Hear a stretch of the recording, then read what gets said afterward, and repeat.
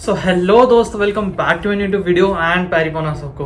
तो first of all तो मैं आपको बताना चाहता हूँ कि मेरे 1000 सब्सक्राइबर्स पूरे हो चुके हैं। I am very very happy. बहुत ही कम टाइम में 1000 सब्सक्राइबर्स हो गए हैं। अराउंड 2.5 महीने लग गए, but like I am feeling really amazing. कल रात को ही हुए थे पूरे and right now I am shooting a video. अभी तक 110 115 हो गए हैं I guess. So it's a very proud moment for me. अरे इन सब बातों को अलग रखते हैं, ये बातें करेंगे बाद में।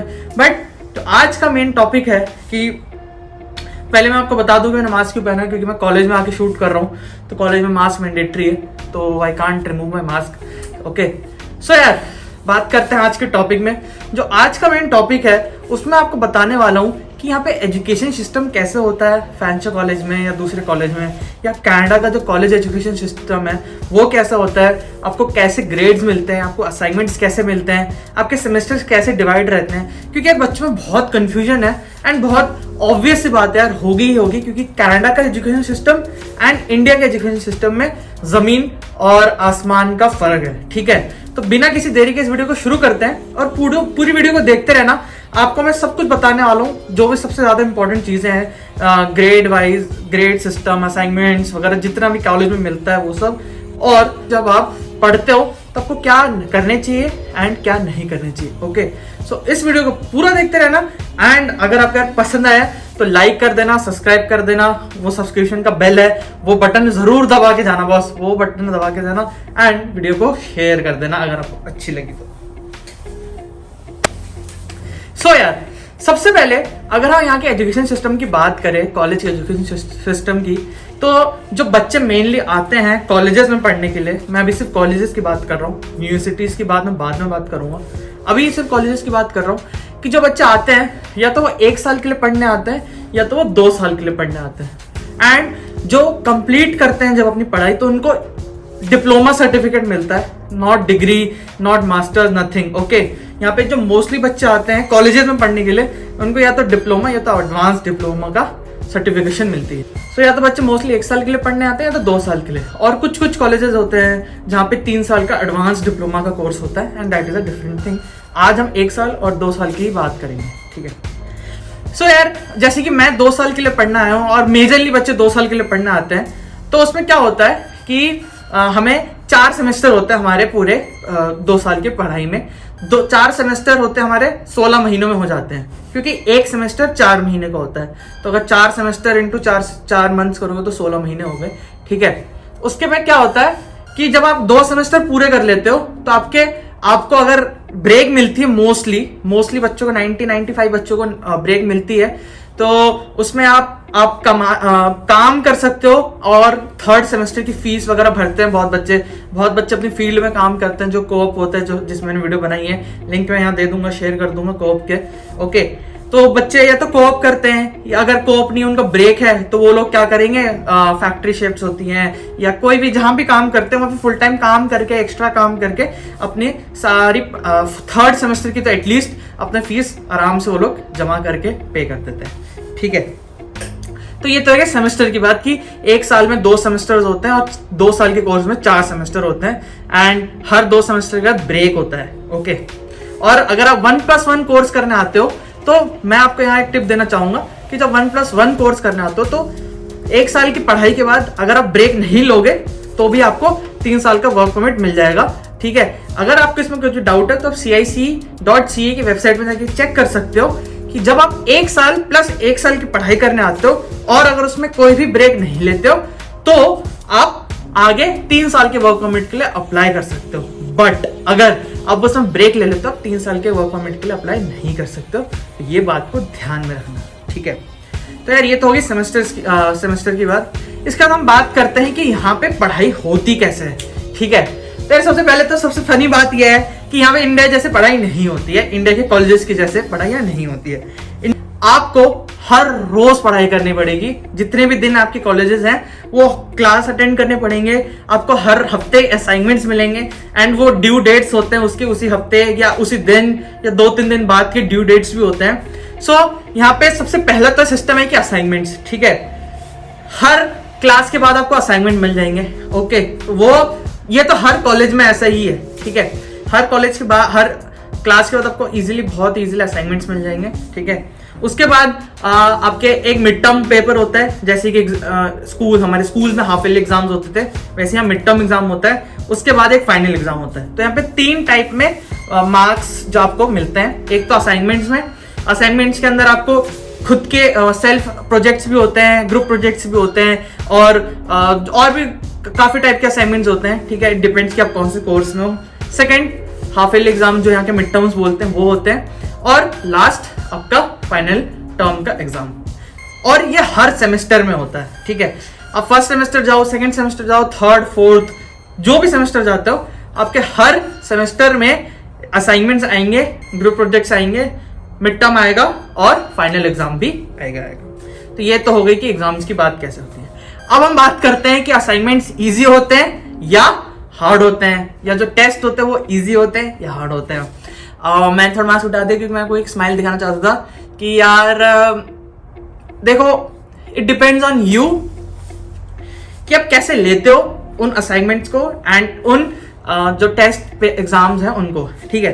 बट मैं बता देता हूं कि मोस्टली एमसीक्यूज होते हैं, ठीक है। So you don't have to worry कि आपको 500 वर्ड लिखने हैं, नहीं ऐसा नहीं है। यहाँ पे मोस्टली एमसीक्यूज होते हैं, फिल इन द ब्लैंक्स होते हैं, मैच द फॉलोइंग्स वगैरह होते हैं। सो आपको लग रहा हो कि बहुत बेसिक है, बट नहीं यार, जब आप यहाँ आ जाओगे आपको पता चल जाएगा कि उनके थोड़े टर्म्स अलग होते हैं, थोड़े से डिफिकल्ट होते हैं। अगर आप नहीं पढ़ोगे तो ऑब्वियसली डिफिकल्ट लगेगा, बट हाँ, एज कम्पेयर टू इंडिया वो वर्ड्स नहीं लिखने या क्वेश्चन के आंसर नहीं लिखने, मोस्टली एमसीक्यूज वगैरह ही होते हैं। 1-2 क्वेश्चन होगा जिसमें आपको आंसर प्रॉपर लिखना है उसको, बट ज्यादातर में आपको एमसीक्यूज वगैरह मिलेगा, ठीक है।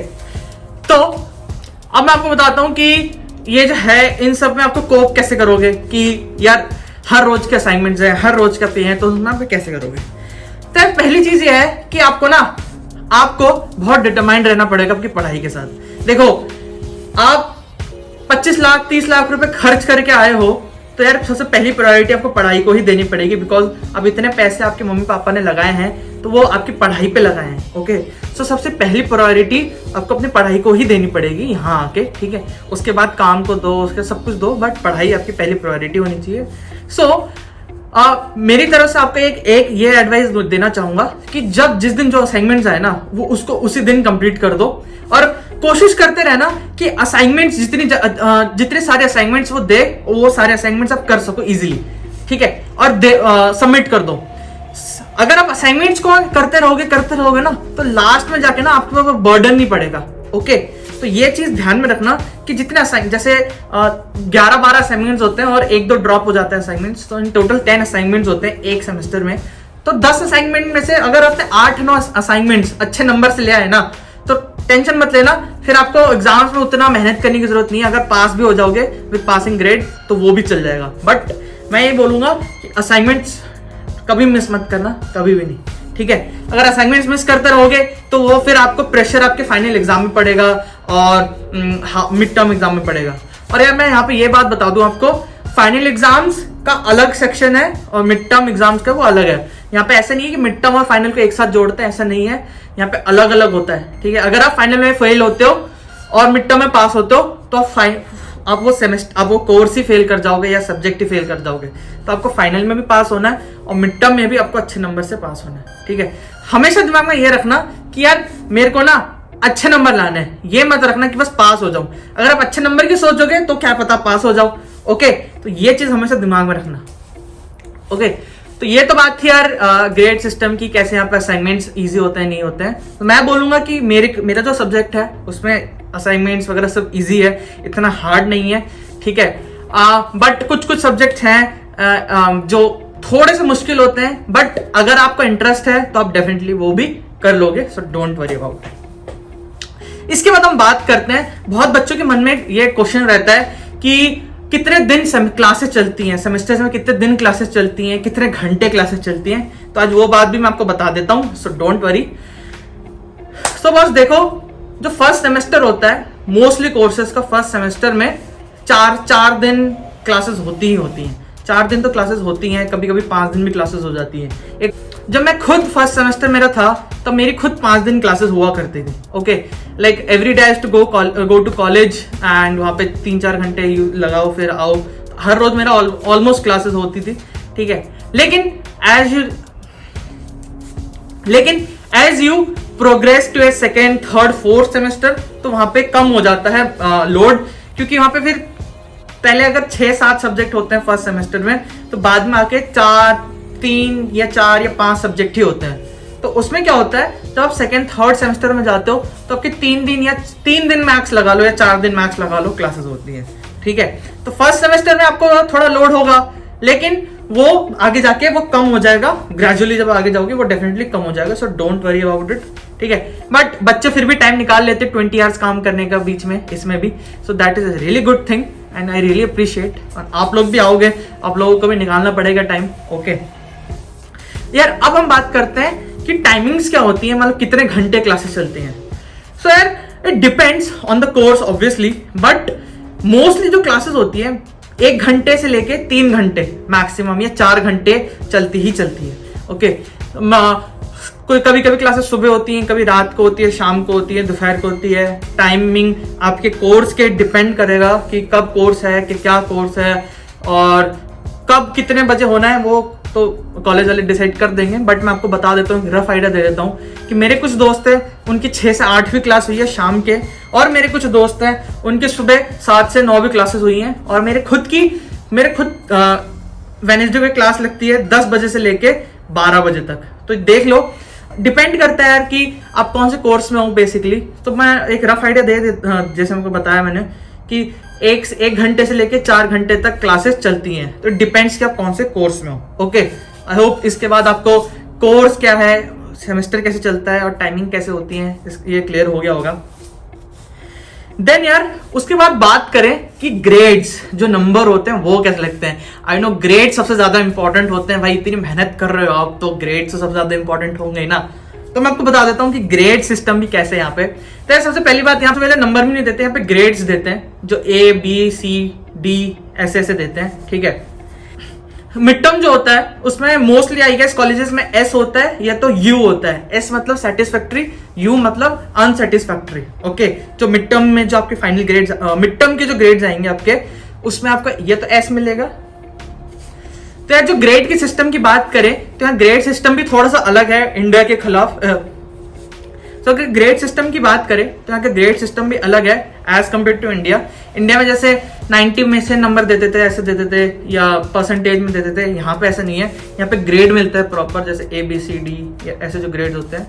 बट उससे पहले जो मिड टर्म होता है ना, उसमें या तो आपको S मिलता है या तो आपको U मिलता है। अब S और U में क्या फर्क है मैं बता देता हूँ यार, ये बात कोई बताएगा नहीं, मैं आपको बता रहा हूँ। तो इस बात पे यार घंटे को दबा दो, सब्सक्राइब बटन को दबा दो, ठीक है।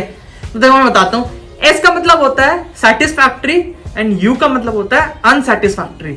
अगर आपके 2 से ज्यादा U आते हैं मिड टर्म में, तो आपको आपके जो कोऑर्डिनेटर है, प्रोग्राम कोऑर्डिनेटर, उससे आपको बात करनी पड़ेगी कि क्या, वो पूछेगा क्या हो गया, कैसे नहीं, क्यों नहीं हुआ, और भी आगे होते हैं प्रोसेस, वो आपको वो बताएंगे, ठीक है। लेकिन अगर आपके सारे में S है तो यू आर वेल सेफ, आप आगे जाके पढ़ाई कर सकते हो, आगे फाइनल वगैरह की, ठीक है। और उसके बाद जो फाइनल होता है, फाइनल के जो ग्रेड्स आते हैं वो A प्लस, B प्लस ऐसे करके आते हैं। उसमें अगर आपके F आता है तो मतलब आप फेल हो किसी सब्जेक्ट में, आपके 60% से कम नंबर आए हैं। 60% है सबसे यहाँ पे मिनिमम जो नंबर चाहिए होते हैं 60, उससे कम आते हैं तो आप फेल हो, तो वो ध्यान में रख लेना आप, ठीक है। तो 60% से ज्यादा ऊपर लाओगे तो ही आप पास होते हो हर एक सब्जेक्ट में। तो ये चीज है, ये चीज ध्यान में रख लेना। आई विश कि हर एक बच्चा जो वीडियो देख रहा है वो अपनी मेहनत करता रहे, A प्लस आते रहे उनके, और अच्छे से उनका ग्रेड निकल जाए, ठीक है। यार ये तो हमने कर ली ग्रेड सिस्टम की बात भी, टाइमिंग्स की बात, हर चीज की बात। इसके बाद जो सबसे जरूरी बात है, और इस बारे में आई गेस बहुत कम यूट्यूबर्स बात करते हैं, एंड दैट इज प्लेजरिज्म। यार प्लेजरिज्म ना यहाँ पे सबसे बड़ी, सबसे गलत चीज है। ये मैंने पहले वीडियोस में भी बताई है, अब भी बताता हूं आपको कि प्लेजरिज्म क्या होता है। एंड यार ये जो प्लेजरिज्म, ये जो वर्ड है ना, इसको कनाडा में आके या कॉलेजेस में आके, ठीक है, कहीं भी पढ़ाई करते हो, यूनिवर्सिटी, कॉलेज, कहीं भी आके, इसको कभी भी इसको हल्के में मत लेना प्लेजरिज्म को। मैं आपको बताता हूँ प्लेजरिज्म होता है क्या। आपने सुना ही होगा टर्म, बट मैं आपको अच्छे से एक्सप्लेन कर देता हूँ। प्लेजरिज्म का मतलब ये होता है कि चीटिंग करना, ठीक है, चीटिंग करना। और यहाँ पे प्लेजरिज्म एक बहुत बड़ा ऑफेंस है, ओके, बहुत बड़ा, मतलब बहुत बड़ा एक ऑफेंस है। यहाँ पे प्रोफेसर्स हैं जो भी कॉलेज में हैं, वो लोग प्लेजरिज्म को बहुत ही बड़ा एक मानते हैं प्रॉब्लम जो बच्चों में, और खासकर मैं किसी भी कम्युनिटी के बच्चे वो नहीं करना चाहता हूँ, बट बहुत ही इंडियन बच्चे इस चक्कर में फंसते हैं प्लेजरिज्म के बारे में। एंड क्या होता क्या है कि कुछ कुछ तो इंटेंशनली करते हैं, कुछ कुछ नॉन इंटेंशनली करते हैं। तो बेसिकली क्या होता है कि कोई तो चीटिंग खुद करता है, अपने दोस्त से चीटिंग कर लिया, तो उसमें क्या है दोनों दोस्त फंसते हैं, ठीक है। आपने अपने दोस्त से कॉपी किया, आपने वो असाइनमेंट अपने प्रोफेसर को सबमिट कर दी, प्रोफेसर ने अगर पता चल जाता है, और यहाँ पे प्रोफेसर बहुत स्मार्ट है, उसकी आपको टेंशन लेने की जरूरत नहीं है। अगर प्रोफेसर को पता चल गया कि आपने अपने दोस्त से कॉपी किया है या उसने आपसे कॉपी किया, it doesn't matters to him, वो आप दोनों को या तो वार्निंग दे देगा अगर अच्छा प्रोफेसर हुआ तो, और अगर थोड़ा भी स्ट्रिक्ट हुआ तो वो वार्निंग के साथ साथ आपको प्लेजरिज्म की टिकट भी पकड़ा देगा और आप पे फाइन भी लगा सकता है, ऐसा भी होता है। और अगर आपको 2-3 बार आपको ऐसे प्लेजरिज्म लग जाता है तो आपको कॉलेज से रेस्ट्रिकेट भी किया जा सकता है। तो या एक तो यहाँ पे ये एक टाइप का प्लेजरिज्म होता है। दूसरी टाइप का प्लेजरिज्म ये होता है कि जब आप गूगल से कुछ टेक के लिख देते, जब आप गूगल से कुछ देख के कॉपी पेस्ट कर देते हो, तो क्या होता है कि, और हमें आदत नहीं है कि हम जहां से हमने कॉपी पेस्ट किया है वहां का रेफरेंस दें, तो हम बहुत टाइम मिस कर जाते हैं। तो हम जब मिस कर जाते हैं और वही